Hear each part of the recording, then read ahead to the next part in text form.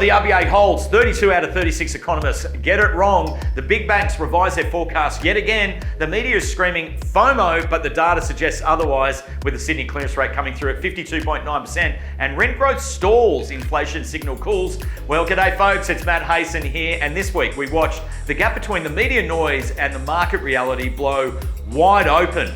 Let's start with the RBA decision, because 32 economists said a rate cut was coming. Markets had priced in a 90% chance and bond traders were betting big. And then the RBA held. No cut, no rescue, just a clear signal we're not ready yet. The RBA paused to keep its powder dry. They're seeing some soft signals but want more evidence before cutting again, especially with the global outlook this shaky. Now, the so-called experts, our big four banks, had their pants pulled down yet again, and what did they do next? They didn't front up, they didn't explain the miss, they just published, you guessed it, new forecasts without a moment of accountability. New predictions, same confidence, no consequences. Meanwhile, the airtime they get is enormous, but the follow-up questions remain zero. No one's asking how many times can you get it wrong and still be considered an expert. And while all that noise was playing out, the headlines are screaming, FOMO is back, bidding wars are heating up.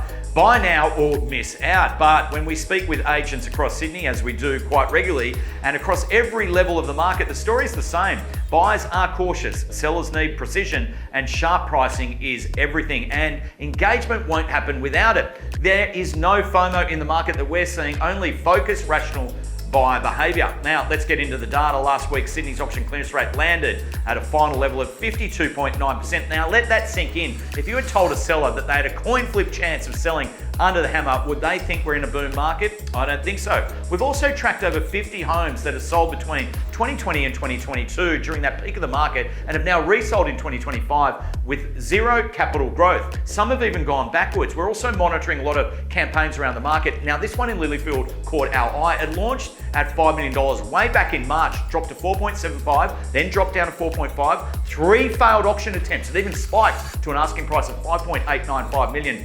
And it ran for over 100 days on the market. Now, the ultimate result, no sale, withdrawn from the market. This is not happening in a hot market. That is a credibility crisis in real time. Meanwhile, the rental market has also stalled. Sydney unit rents are flat. House rents are up just 0.6%. Now, national rent growth has stopped for the first time since 2019. That is some good news around the inflation and may open the door to future rate cuts. But according to the RBA, we're not quite there yet. So here's the advice I'd give anyone watching this. Cut the cord, stop outsourcing your confidence to the media or the banks. They're guessing. Their models don't work anymore. The world's just way too volatile. Instead, you've got to trust the local rhythm, track your patch, watch the open, see what sells, speak to the people who are actually in the field and at ground level, because that's where the truth is really living right now, in the weekly pulse of the market, not in the headlines. So to close off this week on the Matt Hayson market mood rating, we land at 6.5 out of 10. We're seeing thoughtful buyers, patchy depth still, but deals are absolutely landing when the price is right. This is not a market